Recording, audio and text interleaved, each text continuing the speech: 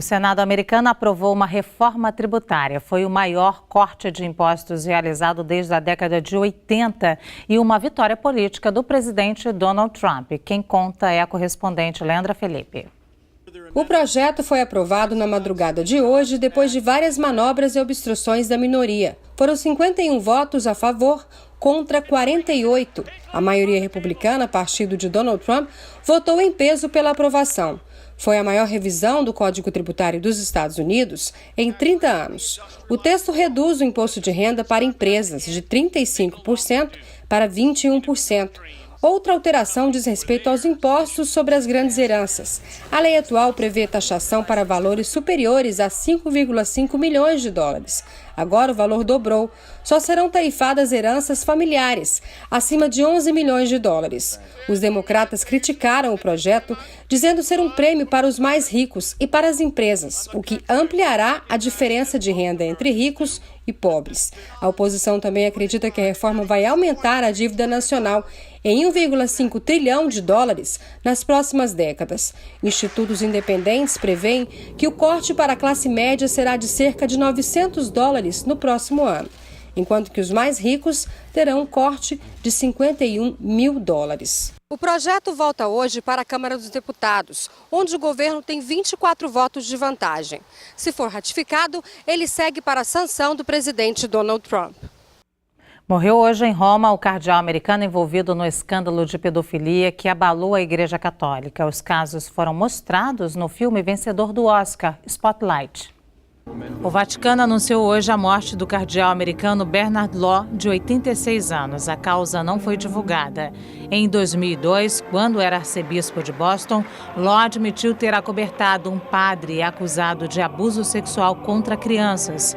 As investigações do jornal Boston Globe revelaram outros 90 casos de pedofilia que teriam sido acobertados por Bernard Law. A partir de então, o número de denúncias cresceu em todo o mundo. O trabalho dos jornalistas foi retratado no filme Spotlight, Segredos Revelados, vencedor do Oscar de melhor filme de 2016. Depois de renunciar ao cargo de arcebispo, Law foi chamado a Roma, onde continuou exercendo funções na igreja e participou inclusive do conclave que elegeu o Papa Bento XVI.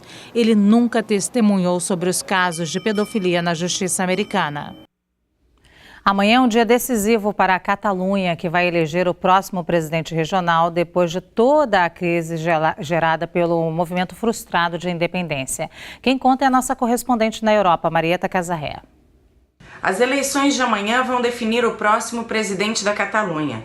No entanto, a disputa está acirrada e não há certeza sobre quem vencerá, se os independentistas ou os que querem manter a unidade do país. As últimas pesquisas mostram um cenário muito apertado entre o Partido Esquerda Republicana da Catalunha, que é separatista e deve ganhar em número de assentos, e os Ciudadanos, que defende a unidade nacional e deve ganhar em número de votos. Os partidos estão praticamente empatados, com cerca de 23% das intenções de voto. Dos políticos que participaram da tentativa independentista, 6 são candidatos.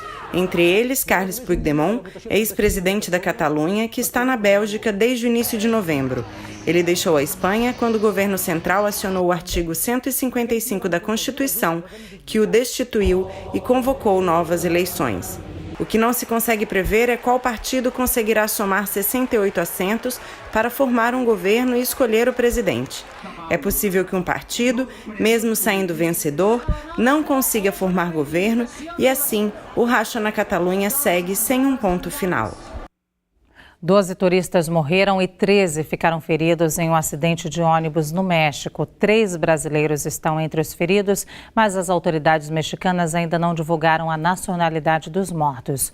O grupo chegou ao Caribe mexicano em um cruzeiro e seguia de ônibus para a zona arqueológica quando o motorista perdeu o controle do veículo. O Itamaraty está em contato com as autoridades mexicanas para auxiliar as vítimas brasileiras. Quando o dinheiro está curto ou a gente quer perder alguns quilinhos, ela surge como alternativa. A comida congelada ali, economia e praticidade. E a reportagem da nossa parceira, a Rede Minas, dá algumas dicas para fazer essa estratégia render ainda mais. A Cida tem a rotina corrida, trabalha, cuida da casa e da família. Cozinhar só se for com praticidade. Não é à toa que congelar alimentos já é rotina para ela. Eu não tenho muito tempo, né?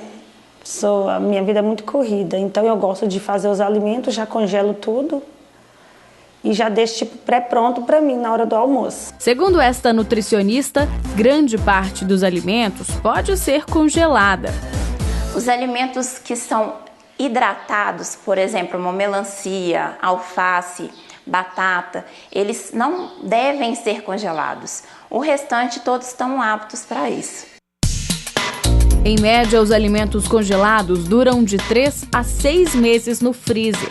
Escolher o recipiente correto é fundamental para que a comida dure e não seja contaminada por bactérias. Os vasilhames ideais para congelamento são os vasilhames mais resistentes, os que vedam completamente a entrada de ar e geralmente já vem vasilhas específicas para congelar. Existem vasilhas de plástico que precisam ter uma distinção que elas não tenham bisfenol A, que é uma substância contida já nos vasilhames que podem causar alterações à saúde. A dica para fazer os legumes durarem ainda mais é o método do branqueamento. É simples, cozinhe alimentos como cenouras e brócolis no vapor por cerca de 3 minutos. Logo depois, mergulhe os legumes em água com gelo. A ideia é interromper o cozimento. Após 5 minutos, escorra a água e seque com um pano limpo e seco. Secar os vegetais antes do congelamento ajuda a conservação. Pronto! Agora é só distribuir em potes ou sacos plásticos com fechamento e congelar. As dicas não param por aqui.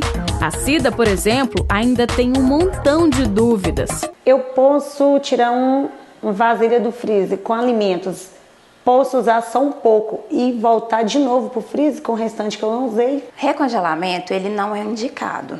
O modo mais fácil é você dividir as porções na quantidade certa que você vai usar no dia. Se você tem pouco tempo, dá para preparar o cardápio da semana em algumas horas, dividir em porções e congelar. Para não esquecer do que guardou, você pode etiquetar o vasilhame. Agora não tem desculpa para comer de forma saudável.